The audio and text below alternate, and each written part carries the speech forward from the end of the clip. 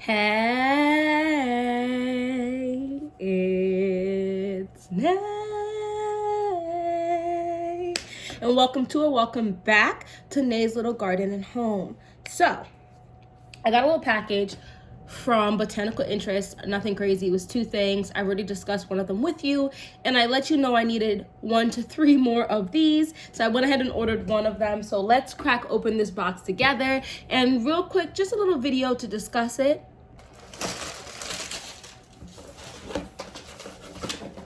All right. So the first thing I went ahead and purchased was one of these. I told you guys I needed a couple more of these 10-20 trays that are super sturdy. I did get one. I did get a cheap one from Walmart, another one, in case I can't get 2 more of these. I got one of those. I've already cracked it.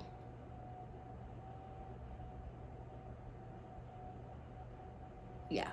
So now I have 2 of these 10-20 trays from Botanical Interest. They are the shallow ones because I find I don't necessarily need the really high ones, only because when it comes to watering from the tray, you're not giving your thing like this much water anyway, and it's just more money for unnecessary things. But there's no holes. It's great. It's super sturdy. I've stepped on the one I have no issues. Eventually I'll have about 8 to 10 of these, and then I'll be definitely good and won't need any more at all. I am messing around with the idea of getting the colorful ones, but we'll see. I really don't need my trays to be colorful, so these might just work in my favor. I believe these are like, actually can just look it up, guys. I have this stuff pulled up here. I don't need to guess. This is beds and planters, live plants. Hold on.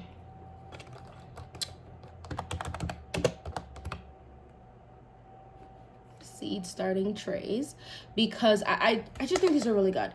So they're not $80. How many come in this pack for 80 bucks? Holy moly. That is a lot of money. $80. This is not what I, hold on guys, because that is not what I paid. Let me just type tray. Okay, so the Epic 10-20 trays are $12 for one. Yes, they're expensive. They're expensive.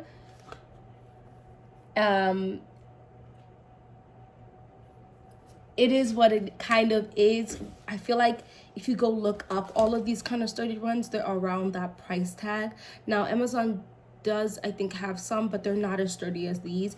And I can definitely tell from the pots I got from Botanical Interest, they're definitely significantly more sturdy than the similar pots that I got from Amazon. So do with that what you will. Do you need this to seed to start? Absolutely not. You really could take your behind to the Dollar Tree and go and get the big serving dishes things that are deeper and buy those. And I think you get like a 3 or 4 pack for like, I don't know, $2 or something, $1.50. Well, what is the dollar store actually charging us these days? I don't know.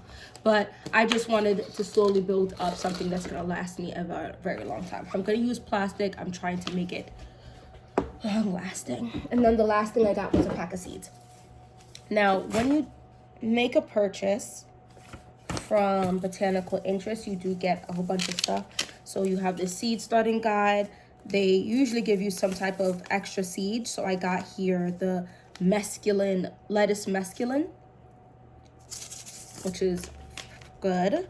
And then this is what I also ordered. I already discussed this. I believe it's in the last video or the video before that, where I discussed my 2026 tomato varieties. I just didn't have the seed packet, but I did talk about this. Guys, this is 10 seeds for $5.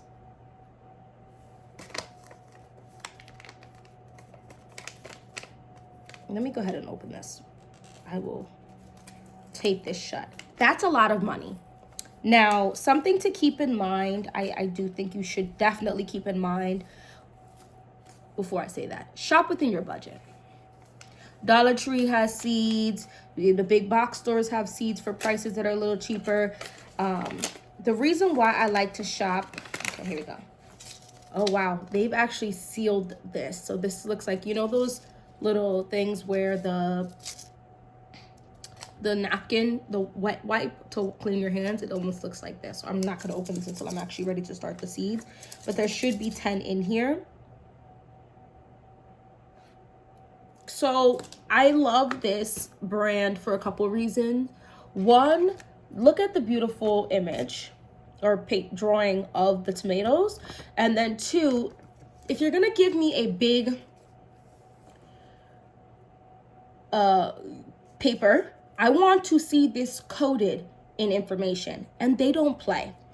The Suprema produces a dependable mid-season crop of impressively large uniform tomatoes that sell well even in heat. It's resistant to multiple things. This packet yields approximately 8 plants when started indoors. So they're saying that out of the 10 seeds, they have about an 80% germination rate.